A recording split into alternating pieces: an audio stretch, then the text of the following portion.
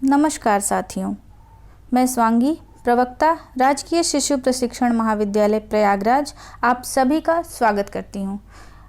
आज हम सभी बालकों में संख्या पूर्व अवधारणाओं एवं गणितीय दक्षताओं को विकसित करने हेतु आवश्यक प्रविधियों पर चर्चा करेंगे। बच्चों का संख्याओं को केवल क्रम से बोलना ही संख्याओं को गिनना नहीं कहा जा सकता है। इसके लिए किसी संख्या में वस्तुओं के शामिल होने की समझ होना अत्यंत ज़रूरी है।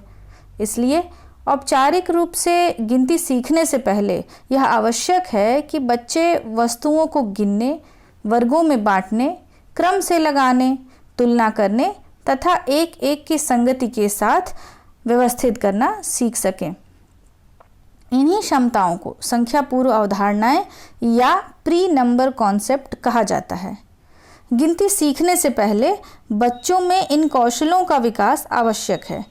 ये अवधारणाएं गणित सीखने की बुनियाद होती हैं। जब बुनियाद मजबूत होगी तभी आगे चलकर गणित की विविध संक्रियाओं एवं अवधारणाओं को सीखना आसान हो जाएगा। आइए हम आगे देखते हैं कि संख्या पूर्व अवधारणाओं के अंतर्गत बच्चों में किन कौशलों का विकास होना चाहिए। पहला है किन्हीं दो वस्तुओं की तुलना करना। वस्तुओं को विभिन्न गुणों के आधार पर समूहीकृत तथा वर्गीकृत करना। वस्तुओं की एक से एक की संगति करते हुए संख्याएं बढ़ाते जाना तथा गिनना।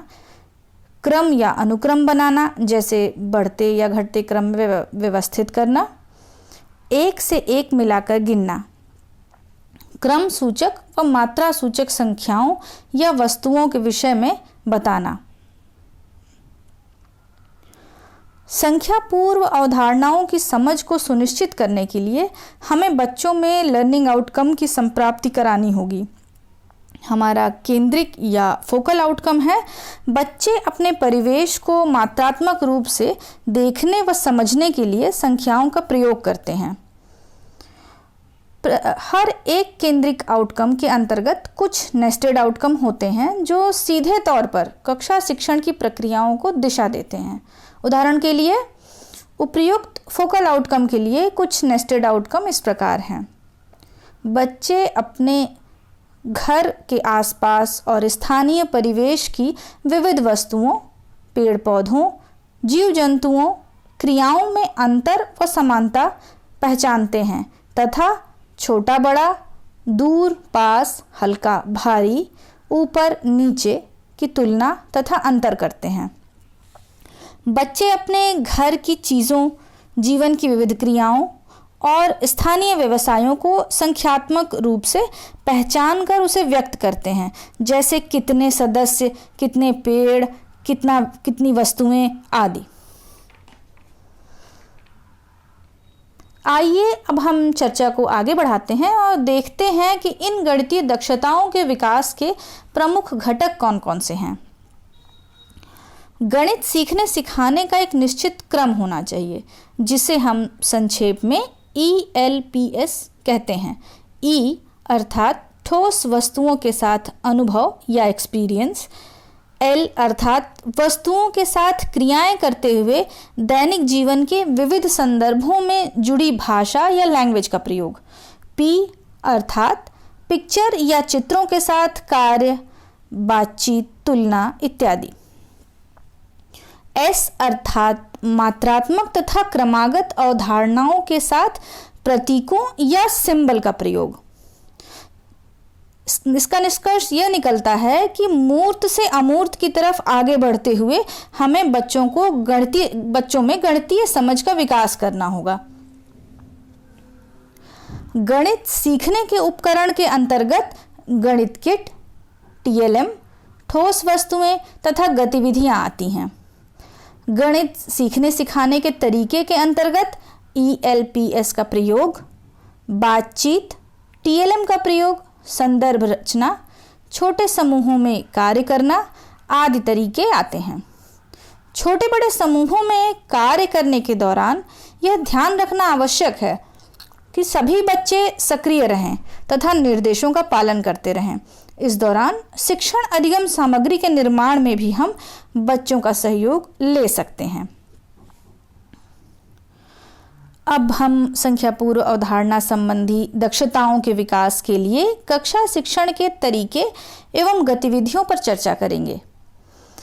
सबसे प्रमुख एवं महत्वपूर्ण तरीका है मौखिक भाषा का प्रयोग, जिससे हम शुरुआत करेंगे।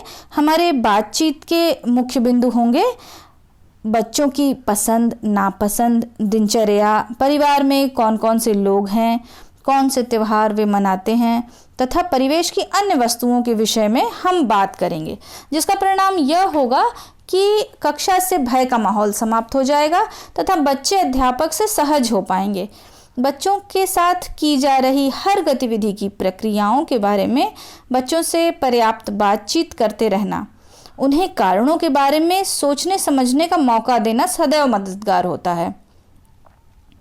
बातचीत के दौरान बच्चों से परिवार के सदस्यों की संख्या, खान पान, घर पर पशुओं की संख्या, घर से विद्यालय आते समय रास्ते में मिलने वाली विभिन्न वस्तुओं की संख्या, विद्यालय में पेड़, खिड़की, दरवाज़ों की संख्या, उनके पास खिलौनों की संख्या आदि पर चर्चा करना सही होगा।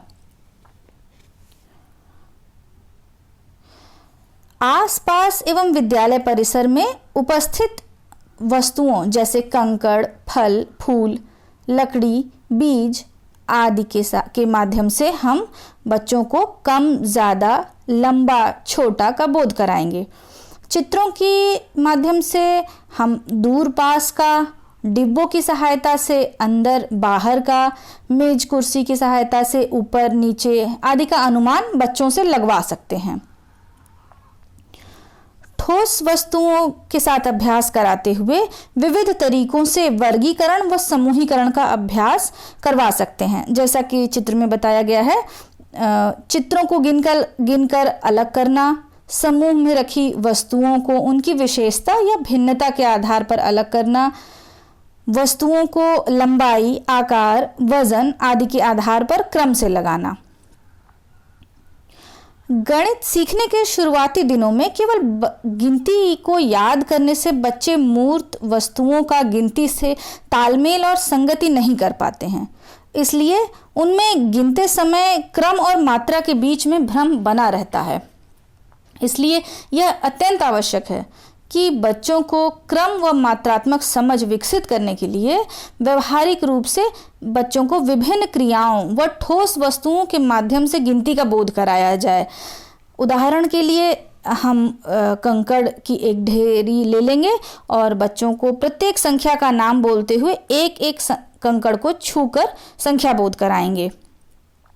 या फिर जैसा कि चित्र में भी स्पष्ट है, कंकड़ों को बच्चों से क्रमानुसार व मात्रानुसार अलग करने को कह सकते हैं।